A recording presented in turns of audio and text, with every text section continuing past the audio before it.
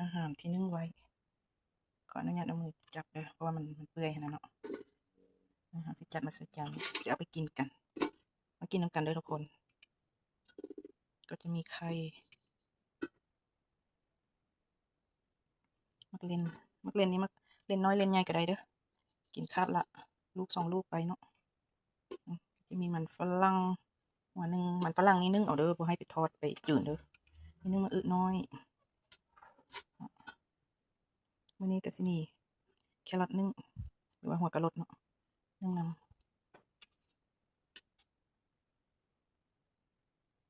กินนี่ก็ในการสิให้ดีแท้ก็อ่อนจังซี่แหละมันจังบ่มีไขมันหลายการแก่นั้นมันอาจจะมีแป้งหลายเนาะ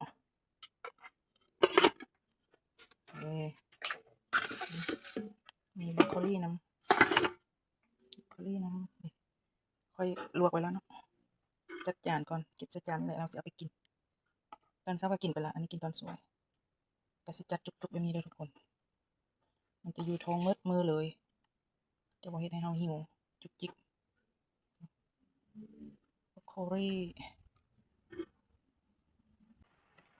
สบายดีตอนสวยทุกคนกินข้าวสวยเด้อเหมือนเดิมมีไข่นึ่งมะอึน้อยบรอกโคลีแล้วก็มีนึ่งหัวกะรดมันฝรั่งกินอาหารเที่ยงอาหารเช้ากินไปแล้วเด้อมันฝรั่งนึ่งเอาหรือว่าต้มเอาก็ได้กับซอสนี่เป็นน้ำยำสลัดที่ว่าบ่มีหวานบ่มีไขมันเด้อกินแล้วก็กินน้ำกัน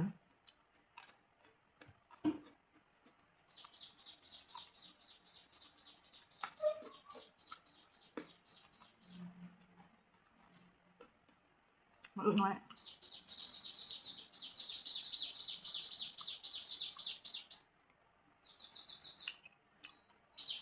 หัวกะรด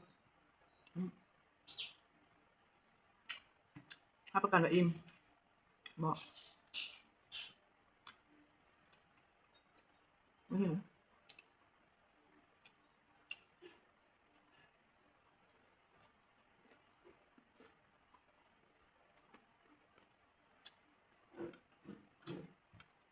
ค่ะ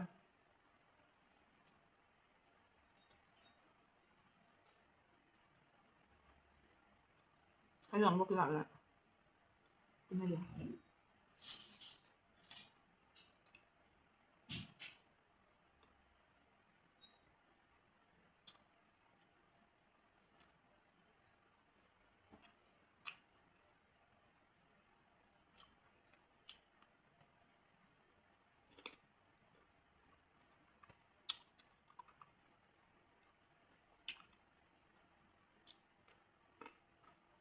มันก็ลอง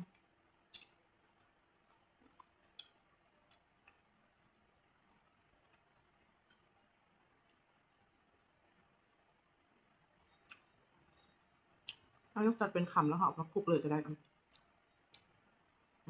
งตลาดหรือว่าเขายกจำเลยแล้ว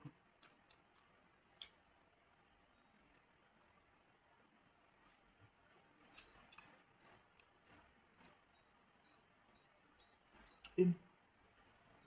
อยู่มัดมือเขาเฮ็ดไปทุกมื้อนะมันก็ลึงเองตัวในใจก็ยังคิดฮอดเข้าไปอย่างเช่นเอากระปรับแล้วช่วงทำอิฐนี่หรอกอาจจะเอาจากเดือนนึง2 เดือนหรือว่าอาทิตย์นึง2 เทื่อก็ได้แบบบ่กินเลยนะบ่กินแป้งบ่กินเส้นบ่กินอีหยังค่ะบ่กินมันบ่กินทอดเนาะแล้ววันนั้นเราค่อยมาปรับเอากินน้อยลงกินได้ต่อไปเนาะเจอกันคลิปหน้าแล้วทุกคนบ๊ายบาย